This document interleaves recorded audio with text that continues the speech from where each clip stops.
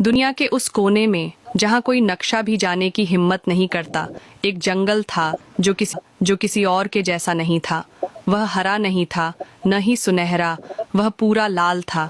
गहरे लाल पत्तों, सुर्ख बेलों और रक्त रंग के फूलों से भरा हुआ, जो एक जले हुए नारंगी आकाश के नीचे खिलते थे। वहाँ के पेड़ जंग लगे तनों से खड़े थे और उनकी छतरियाँ सूरज की रोशनी में जलती हुई सी दिखती थीं। यहाँ तक कि नदियाँ भी गहरी लाल छाया में बहती थीं, मानो जंगल की रहस्यमयी दुनिया को प्रतिबिंबित कर रही हों। कहानियों में कहा जाता था कि लाल जंगल रहस्यों और खतरों से भरा हुआ था। कुछ लोग इसे शापित मानते थे, तो कुछ इसे दुनिया के सबसे बड़े खजाने का घर कहते थे।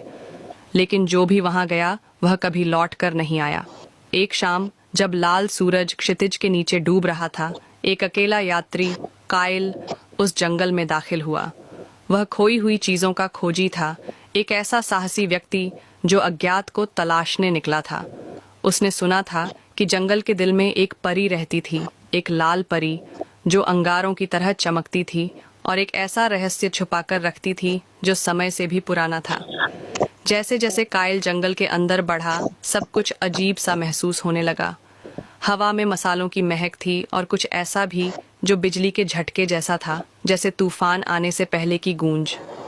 वहां के पेड़ भीतर से जलते हुए प्रतीत होते थे, उनके पत्ते आग की तरह चमकते थे। जमीन गर्म थी, मानो धरती खुद जीवित हो।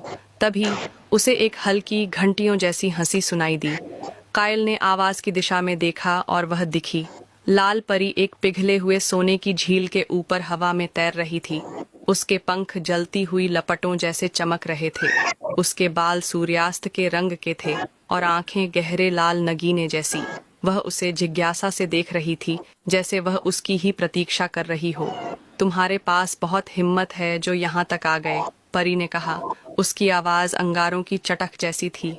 कायल ने सावधानी से आगे कदम बढ़ाया। मैं सच को जानने आया हूँ। कहते हैं कि तुम किसी महान रहस्य की रखवाली करती हो। परी मुस्कुराई। सच का पता लगाना आसान नहीं होता। उसने पिघली हुई सोने की झील की ओर इशारा किया। कायल ने उसमें झांका तो पानी की सतह लहराई और उसमें एक दृश्य उभरा।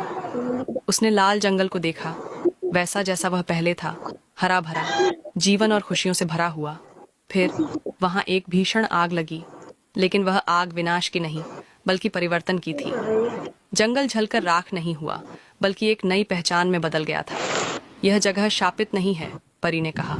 यह खोई हुई नहीं है, ये बस बदल गई है। उस पल कायल को सब समझ आ गया।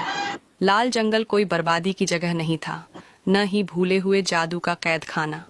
यह पुनर्जन्म की भूमि थी, परिवर्तन का प्रतीक। जब वह लौटने लगा, परी ने धीरे से कहा, दुनिया को बताना कि तुमने क्या देखा, लेकिन याद रखना। इतना कहकर वह जंगल की चमक में समा गई और कायल अकेले लौट चला, लाल पत्तों के जंगल के रहस्य को अपने दिल में समेटे हुए।